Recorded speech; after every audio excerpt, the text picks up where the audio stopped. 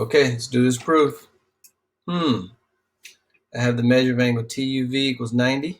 All of this is 90. XWV is equal to 90. And what else do I know? I know that measure of angle 1 is equal to measure of angle 3. So let's label that. Measure of angle 1 is equal to measure of angle 3.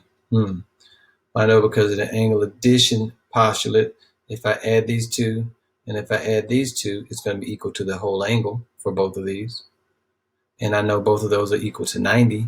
And if I subtract out angle 1 and angle 3, you have angle 2 and angle 4 equal to each other. Well, that's what we have.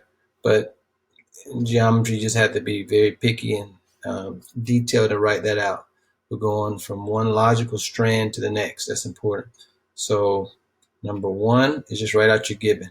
So we're going to have the measure of angle TUV equals 90 and the measure of angle XWV equals 90.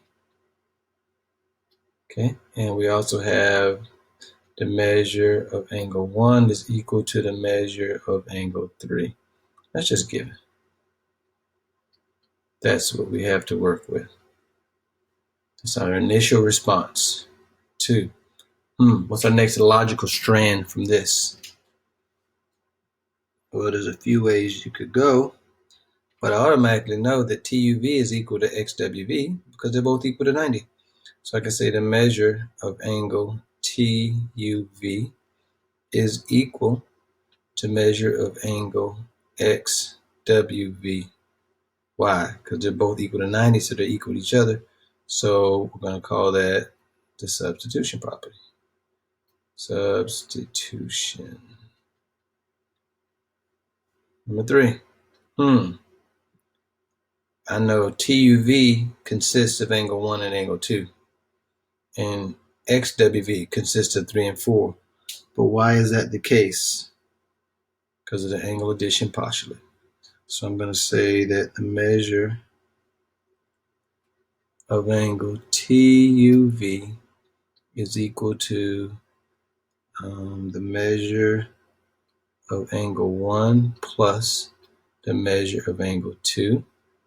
And I'm going to say the measure of angle XWV is equal to the measure of angle 3 plus the measure of angle 4. We say that's obvious. It is obvious, but we need to say why and what definition that it comes from, or what axiom or postulate that it comes from. So why is that? That's the angle addition postulate. Okay. All right. Then number 4. I know that, well, I already know that they're equal to each other. So I can say the measure of angle 1 plus the measure of angle 2 is equal to the measure of angle 3 plus the measure of angle 4. Measure angle 1 plus, you're tempted to go to the next step, but we have to be diligent not to skip. And that's the challenge with a lot of these problems. You go, well, I know the end. All right, number 4. So this one, why is that the case? Substitution again.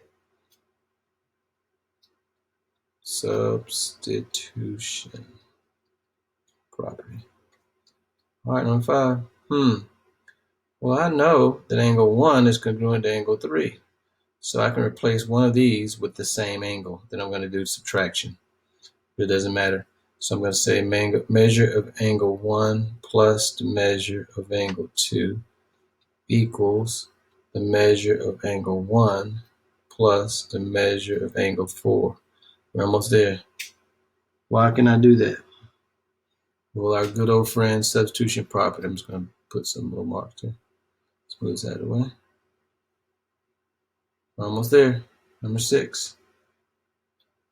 Last step. Because now you can just subtract measure of angle 1 and measure of angle 1, right? It's the same thing from both sides of the equation. That's just algebra. So the measure of angle 2 is equal to the measure of angle 4, and that's where we're trying to go. And that last step is the subtraction property of equality. Awesome. Proofs are amazing. There you go.